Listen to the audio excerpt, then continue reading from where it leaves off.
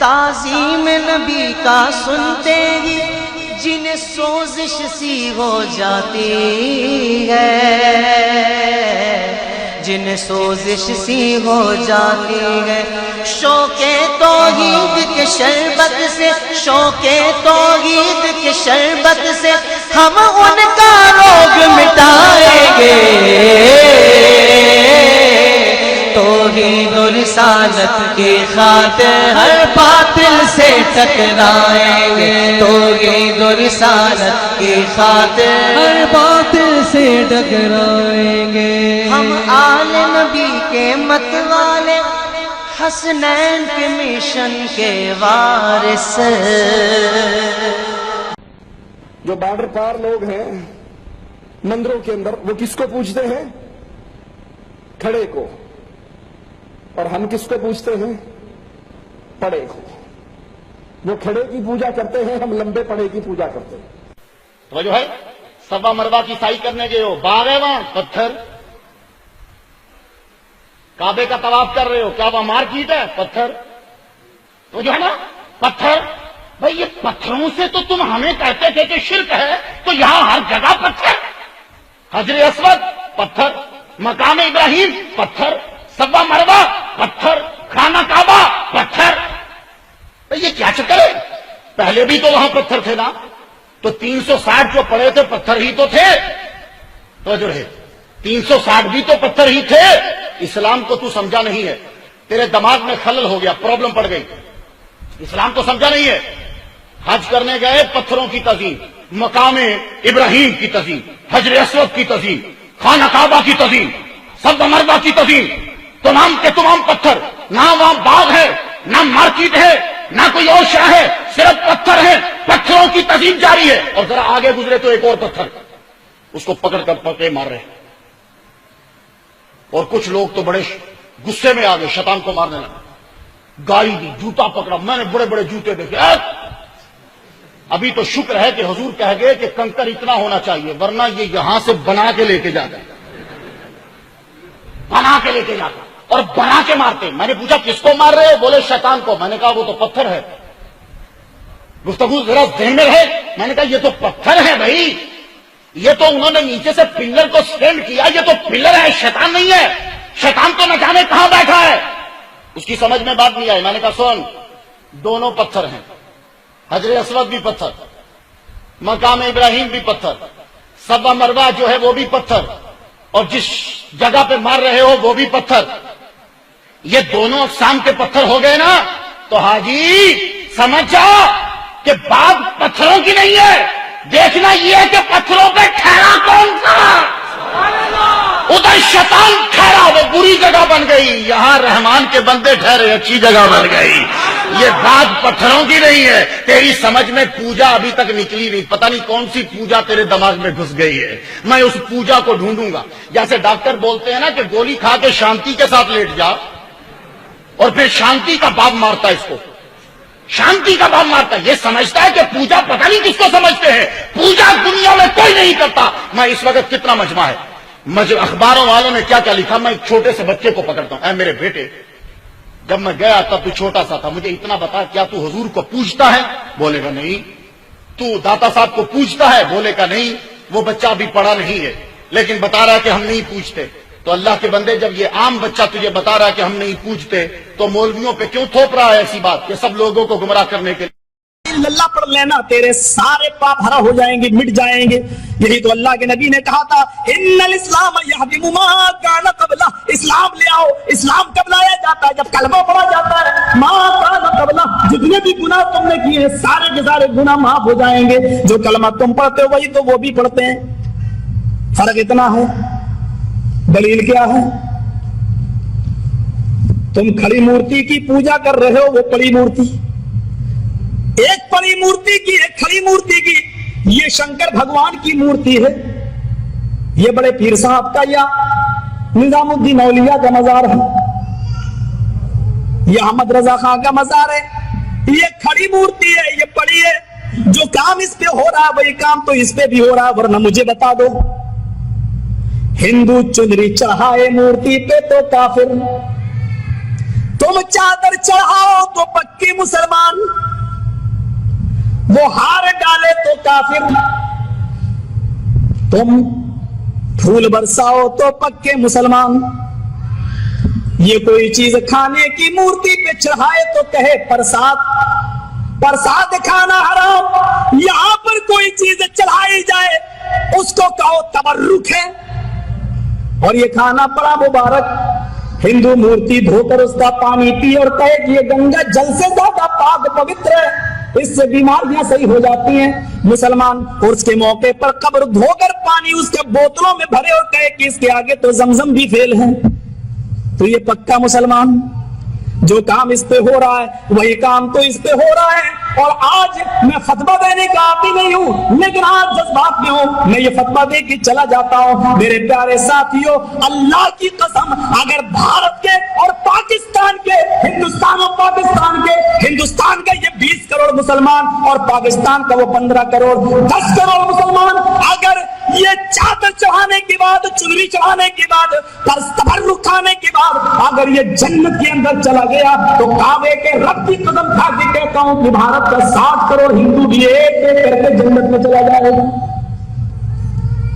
اور اگر بھارت کا ہندو جنتی نہیں ہے تو اتنا یاد رکھنا کہ پھر تم اپنے مسلمان ہونے کا سرٹیفکیٹ پیش کرو۔ تم وہ جہنم میں کیوں جائے گا؟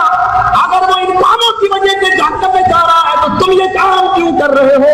تمہارے اندر یہ کام کیوں پائے جا رہے ہیں؟ تم بھی تو وہی کام کر رہے ہو۔ ارے اس نے تو پھر بھی مورتی لگا رکھی ہے، تم نے تو پتہ نہیں کس کو گاڑ دیا اور نام ہی اس کے بدل دیے۔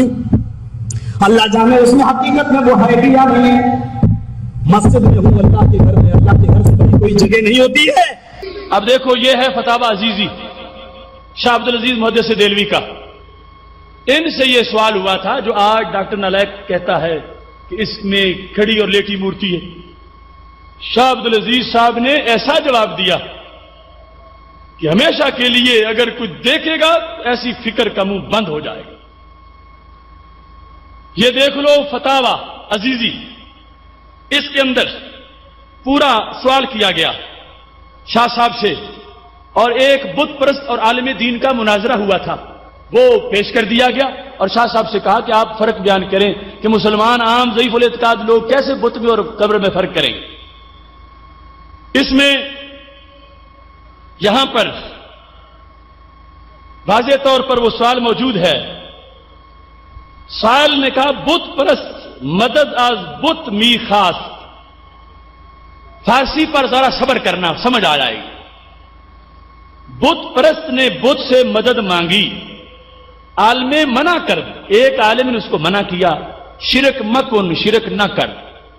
توجہ رکھنا، بت پرست گفت اگر شریک خدا دانستہ پرستش کنم البتہ شرک است و اگر مخلوق فہمیدہ پرستش نمائم چگونا شرک باشد، کہ میں اس کو اگر خدا کا شریک سمجھ کے پوجا کرتا پھر تو شرک بنتا، میں تو اس کو مخلوق سمجھتا ہوں، اللہ کو مخلوق نہیں سمجھتا، تو اس واسطے یہ شرک کیسے بن گیا؟ عالم گفت کہ در کلام مجید متواتر آمدہ کہ از غیر خدا مدد مجوید، کہ قرآن مجید میں متواتر آیا ہے کہ غیر خدا سے مدد مت مانگو، تو تم مانگ رہے ہو لہذا تم شرک کر رہے ہو۔ بت پرست گفت کہ بنی نو انسان از یک دیگر چرا سوال می نمائن، اگر بت سے مدد مانگنا شرک ہے تو پھر بندے بندے سے مدد کیوں مانگتے ہیں؟ یہ بھی شرک ہونا چاہیے۔ عالم گفت کہ بنی نو زندہ اند از ایشا سوال منع نیز، کہ بنی نو انسان تو زندہ ہیں، ان سے سوال کرنا منع نہیں ہے۔ وہ بتانے تو مثل کنہیا و کالکا وغیرہ مردہ اند، اور تمہارے بت جیسے کنہیا اور کالکا بتوں کے نام ہیں، یہ مردہ ہیں، قدرت پر ایک چیز نہ دارن، کسی پر یہ قدرت نہیں رکھتے، تو مدد کیسے کریں گے؟ بت پرست گفت کہ شما از اہل قبور مدد و شفاعت می طلبید۔ اب بات آ گئی، بت پرست نے کہا کہ تم بھی تو قبروں والوں سے جا کے مدد مانگتے ہو، سفارش بھی چاہتے ہو، تو پھر ہمارا تمہارا معاملہ ایک ہے۔ کہنے لگا کہ برشما ہم شرک آیت شبد، اگر ہم مشرک ہیں تو قبروں پر جانے کی وجہ سب بھی مشرک ہو جائیں گے۔ القصہ ہرچے مقصد و مراد شما از اہل قبور است، ہما قسم مقصود من ہم از صورت کنیا و کالکاس کہ جو کچھ تم جا کے قبروں سے لیتے ہو وہی ہم کنیا اور کالکا سے لیتے ہیں، اور بات ساری کی ساری ایک طرح کی ہے۔ سائل نے یہ ساری صورتحال بیان کی۔ بت پرست نے یہ کہا بحسب ظاہر نہ قوت اہل قبور، نہ قوت اہل قبور دارد نہ بت، کہ ظاہر میں تو قبروں والوں کی بھی کوئی طاقت نہیں، وہ بھی فوت ہو کے قبروں میں چلے گا، ظاہر میں بت کی بھی کوئی طاقت نہیں۔ اگر می گوئی کے بقوت باطن اہل قبور کا شاید یہ حالات می نمایا، کہتے ہو کہ روحانی طور پر قبروں والے مدد کرتے ہیں، تو کہنے لگا یہی کام ہمارے بھی بت کرتے ہیں جن کو ہم اپنا روحانی تسلیم کرتے ہیں۔ می گویم کہتا از بتان ہم روائی حاجات می شبد، مگر می گوید کہ بائشہ می گویم کہ از خدا برائے ما شفاعت بخواہد، کہ اگر تم جا کے کہتے ہو قبروں والوں سے کہ تم رب سے سفارش کرو، تو کہتا ہم از بتا ہم ہی استداد آرم، ہم بھی یہی بتوں سے کہتے ہیں، یہی سفارش اور شفاعت ہم چاہتے ہیں۔ بس ہر گاہ کے جواز استمداد از اہل قبور ثابت شد، بعض مسلمان ضعیف الاعتقاد از پرستش شیتلا و مسانی وغیرہ چکونا بعض خان آمد۔ اگر بت قبروں سے جا کے مدد مانگنا جائز ہے تو سیتلا جو انہوں نے روحانی بنائے ہوئے ہیں کافروں نے، کہتے سیتلا اور مسانی سے مدد چانگنے میں ضعیف الاعتقاد مسلمان کو فرق کیسے نظر آئے؟ یہ میں نے ہو بہو جو کچھ کفار نے کہا تھا تمہارے سامنے پڑھ دیا کہ عالم دین اور بت پرست کا مکالمہ ہو گیا، وہ بت سے مدد مانگ رہا تھا، عالم نے کہا تو شرک کر رہا، اس نے کہا میں شرک کیسے کر رہا ہوں، تم بھی مدد چاہتے ہو، شرک نہیں ہوتا تو کیسے ہوگا؟ تم زندہ سے، میں بت سے، اور پھر کہا تم اہل قبور سے چاہتے ہو، اور اس طرح کی ساری صورتحال شکوں میں اس نے بیان کر دی۔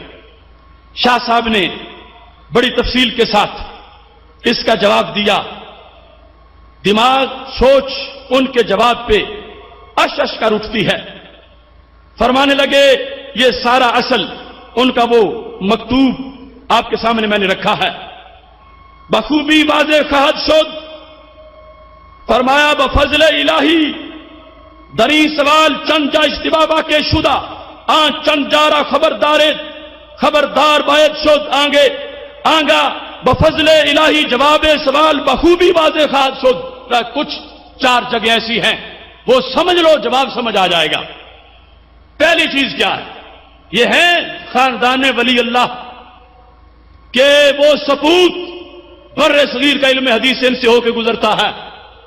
شاہ عبدالعزیز دہلوی کہتے ہیں یاد رکھو یہ ہندو دھاندلی کر رہا ہے۔ پہلی بات یہ ہے کے مدد خاصتن چیزیں دیگر است و پرستس چیزیں دیگر است۔ مدد مانگنا اور ہوتا ہے، پوجنا، سارے بولو، مدد مانگنا اور ہوتا ہے اور پوجنا۔ آج چھوٹے سے کیڑے مکوڑے سے لے کر بڑے اس کاٹھی والے امام تک جو حرم میں لوگوں کو خراب کرے، سارے کہتے ہیں مدد مانگنا ہی عبادت ہوتا ہے، مدد مانگنا ہی عبادت ہوتا ہے۔ شاہ صاحب نے کہا پہلی بات یہ ہے کہ مدد خاصتن چیزیں دیگر است و پرستس چیزیں دیگر است۔ مدد مانگنا اور ہے اور پوجا کرنا، تو کیا پتا چلا رب کے سوا کسی کی پوجا جائز نہیں، مدد مانگنا جائز ہے۔ مومن کے لحاظ سے آگے اس کی وضاحت کریں گے کہ بت کی نفی کریں گے۔ دوم، مدد خاصتن دو طور بھی باشد، بڑی باریک بات ہے۔ مدد کی پھر دو قسمیں ہیں، ایک مدد خاصتن مخلوق کے از مخلوق کے، مخلوق کا مخلوق سے مدد چاہنا، جو کام دنیا دار بھی کر سکتے ہیں۔ مثال کے طور پر ایک بادشاہ ہے، وہ آپ کے بیٹے کو بھرتی کر سکتا ہے، آپ بادشاہ کو جا کے کہتے ہیں کہ بھرتی کر دے، تو یہ مدد آپ نے چاہی۔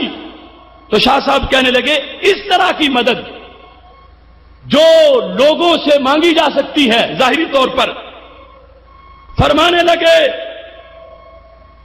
یہ مدد جس وقت کوئی چاہتا ہے این نو مدد خاصتن در شرع از زندہ و مردہ جائز است۔ اللہ کی مدد مانگنا زندہ سے بھی جائز ہے، بعد از وصال بھی جائز ہے۔ مطلب کیا؟ ایک چلا گیا وزیر اعلیٰ کے پاس کہ میرے بچے کو بھرتی کر، دوسرا چلا گیا داتا صاحب کہ میرا بچہ جو کیا ہو جائے، بھرتی ہو جائے۔ تو شاہ صاحب کہتے ہیں اس نے شرک نہیں کیا، اس نے صحیح کیا۔ اینو مدد از زندہ و مردہ، یعنی مردہ سے مراد بعد از وصال، از ہر دو جائز، اس میں کسی طرح کی کوئی قباحت نہیں ہے۔ دوسری مدد کیسی ہے؟ وہ جو اللہ کے ساتھ کام خاص ہے، مثال کے طور پر بیٹا دینا، بارش کرنا۔ تو شاہ صاحب نے واضح کر دیا اگر کوئی شخص اللہ کے ولی کو یہ مانتا ہے کہ یہ رب کے محتاج ہیں، یہ اپنے پاس سے کچھ نہیں کر سکتے، پتا بھی نہیں ہلا سکتے، رب سے سفارش کر سکتے ہیں، رب سے دلا سکتے ہیں، تو شاہ صاحب کہتے ہیں یہ مدد مانگنا بھی جائز ہے۔ کہ بت پرست بتوں کو اصل پاور سمجھتے ہیں، انہیں رب کا محتاج نہیں سمجھتے، اس بنیاد پر بت کے پاس جا کر مانگنے والا ان سے مانگ رہا ہے، مشرک ہے۔ ولی کے پاس جا کر اس عقیدے سے مانگنے والا کہ یہ رب کے محتاج ہیں، رب کے بندے ہیں، خود کچھ نہیں کر سکتے، اللہ کی مدد کا مظہر بن سکتے ہیں، شاہ صاحب کہتے ہیں یہ مدد بھی شریعت میں جائز ہے۔ اس کے بعد فرمانے لگے کہ یہ جو کہتے ہیں کہ ہم بھی بتوں کے پاس جا کے شفاعت کرواتے ہیں، فرمانے لگے یہ جھوٹ بولتے ہیں۔ مانا شفاعت را نمیداند، انہیں شفاعت کا مانا نہیں آتا، شفاعت مانگیں گے کیسے؟ کہتے ہیں بت پرستوں کو شفاعت کا مانا نہیں آتا، یہ شفاعت بتوں سے کروا کیسے سکتے ہیں؟ شفاعت کا مانا کرتے ہوئے فرمایا کہ یہ مانا جاتا ہے خود کچھ نہیں کر سکتے، غیر سے سفارش کریں گے۔ فرمانے لگے بت پرست دھاندلی کر رہے ہیں، ان کا بتوں کے بارے میں عقیدہ ہے کہ یہ سب کچھ کر سکتے ہیں، لہذا وہ بت کو کہیں بیٹا دے تو شرک ہے، لیکن رب کا بندہ اللہ کے ولی سے جا کر یہی مدد اس عقیدے سے جب چاہ رہا ہے کہ اللہ سے لے کر دے گا یا اللہ سے سفارش کروائے گا، فرمانے لگے بت کے پاس جانے والا مشرک ہے، ولی کی قبر پہ جانے والا توحید پرست ہے۔ اس کے ساتھ اختصار ملحوظ خاطر ہے، فرمانے لگے میں ضعیف الاعتقاد مسلمانوں کو 3 فرق بتاتا ہوں کہ بت پرست مشرک کیوں ہے اور ولی کے مزار پر جانے والا مومن کیوں ہے۔ فرمانے لگے یہ جھوٹ بولتے ہیں کہ جو ہمارا مقصد ہے وہی تمہارا بھی مقصد ہے، ان کا مقصد بتوں سے اور ہے، ہمارا مقصد ولیوں سے اور ہے۔ اس مقام پر فرمانے لگے کہ یہاں اول بات یہ ہے کہ اہل قبور معلومن کہ صلحاء و بزرگان بودان و سیتلا و مسانی مہوم محض از وجود آہا معلوم نیست۔ فرمانے لگے ولی سارے معلوم ہیں، بامی چیزیں نہیں، سب کو پتا ہے حضرت علی اجمیری داتا گنج بخش ہیں، سب کو پتا ہے حضرت بابا فرید رحمہ اللہ تعالی کی ایک ذات دنیا میں آئی ہے، ان کا پارسا ہونا، ان کا دنیا میں آنا، یہ سب کو معلوم ہے۔ اور یہ سیتلا مسانی جو ہندوؤں کا ہے وہ تو وامی چیزیں ہیں، ان کا وجود ہی ثابت نہیں ہے، لہذا روحانی طور پر سیتلا مسانی مدد نہیں کر سکتے، بابا فرید مدد کر سکتے ہیں۔ دوسرے نمبر پر فرمایا اگر سیتلا مسانی کا وجود مان بھی لیا جائے، جیسے بت پرست جھگڑا کر رہا ہے تو کہا وہ خبیث روحیں ہیں، ان کا کام لوگوں کو تکلیف دینا ہے، اور ولیوں کی پاک روحیں ہیں یہ تکلیف نہیں دیتے، مشکلیں حل کر دیتے ہیں۔ یہ دوسرا فرق بیان کر دیا۔ اور تیسرے نمبر پر فرمانے لگے کہ استمداد ازال قبور بطریق کے دواست کیا جناب الہی عرض کردہ مطلب ماں برارن و پرستش ہی چیز بنا بر اعتقاد استقلال و قدرت است کہ کفر محض است۔ فرمایا مدد مانگنا اور ہے، پرستش اور ہے، پرستش یہ ہے انہیں مستقل بالذات ماننا، انہیں رب کے علاوہ رب کے مقابلے میں ایک پاور ماننا، انہیں رب کا محتاج نہ ماننا، اس لحاظ سے بتوں سے ماننا یہ پرستش ہے۔ اور یہ کوئی مومن بھی ولیوں کے بارے میں عقیدہ نہیں رکھتا سارے کے سارے ان کو رب کا بندہ مان کے، رب کا محتاج مان کے، رب کا پیارا مان کے ان سے مانگتے ہیں اور اللہ عطا فرما دیتا ہے۔ لہذا کھڑی اور لیٹی مورتی کی باتیں کرنے والے ہندو کی بولی بول رہے ہیں۔ کل جو زبان ہندو کی تھی آج وہ زبان ان کی ہے، اور جو زبان شاہ عبد العزیز محدث دہلوی کی تھی وہ زبان ہماری ہے۔ وہ ہندو کی بولی بولتے ہیں کہ فرق ہی کوئی نہیں، قبر اور بت ایک جیسا ہے۔ شاہ صاحب نے باقاعدہ اتنا تفصیلی جواب دے کر واضح کیا تو پتلا کیا چلا، ہم نہیں بدلے، ہم نہیں بگڑے، ہم نے رستہ نہیں چھوڑا، ہم نہیں بھٹکے، دنیا نے اپنے آپ کو بدلا گھڑی گھڑی، ایک ہم اہل عشق تھے، جہاں تھے وہیں رہے۔